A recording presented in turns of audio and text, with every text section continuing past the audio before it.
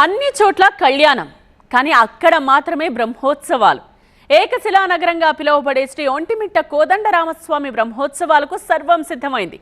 దేశంలో ఎక్కడా లేని విధంగా పున్నమి వెలుగుల్లో రామచంద్రమూర్తి పెళ్లి కన్నుల పండుగ జరిపించేందుకు సమయం ఆసన్నమైంది.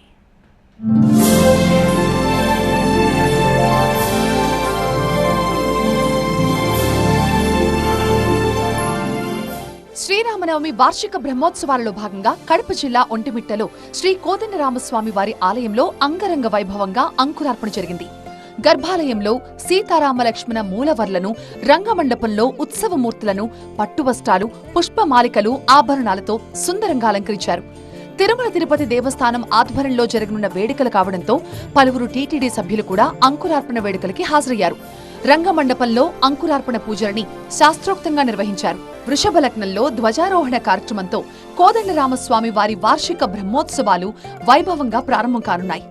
ఇక బ్రహ్మోత్సవాలలో కీలక ఘట్టమైన శ్రీ సీతారాముల కళ్యాణం ఏప్రిల్ 1వ తేదీన అట్టహాసంగా జరగనుంది. ఏప్రిల్ 5న పుష్పయాగంతో ఈ బ్రహ్మోత్సవాలు ముగుస్తాయి. వేణుగాన అలంకారంతో హంసవాహనం, మార్చి 29న వటపత్ర సాయి అలంకారంతో సింహవాహనం, మార్చి 30న నవనీత కృష్ణ అలంకారంతో హనుమంత వాహనం, మార్చి 31న మోహిని అలంకారంతో గరుడ సేవ నిర్వహిస్తారు. ఇక కీలక ఘట్టమైన శ్రీ సీతారాముల కళ్యాణం ఏప్రిల్ 1న జరుగుతుంది.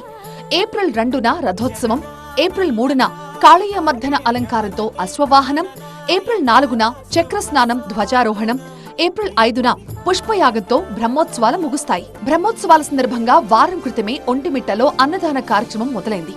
వేలాదిగా భక్తులొచ్చి అన్నదాన కార్యక్రమంలో పాల్గొంటున్నారు. దేశంలో ఎక్కడా లేని విధంగా పున్నమి వెలుగుల్లో రాముల వారి పెళ్లి జరగడం అత్యద్భుతమే కాదు, తమ ప్రాంతంలో జరగడం ఎంతో గర్వంగా ఉందంటున్నారు స్థానికులు. ఇక్కడ హనుమంతుడు ఉండే ముగ్గురు విగ్రహాలు ఒకే శిలతోనే చేసి ఉంటుంది. ఇది ఒంటిమిట్ట యొక్క ఏకశిల ప్రత్యేకత. దీనితో పాటు ఇక్కడ ఒంటిమిట్ట అని ఎందుకంటారంటే ఒంటెడు మిట్టడు అనే ఇద్దరు దొంగలు దీంట్ని ఈ గుడి నిర్మాణం చేయడం వల్ల వాళ్ళకి ఒంటిమిట్ట అనే పేరుతో వాళ్ళ నేమ్ సార్థకం చేసి ఇక్కడ ప్రత్యేకతంగా పిలువబడుతుంది.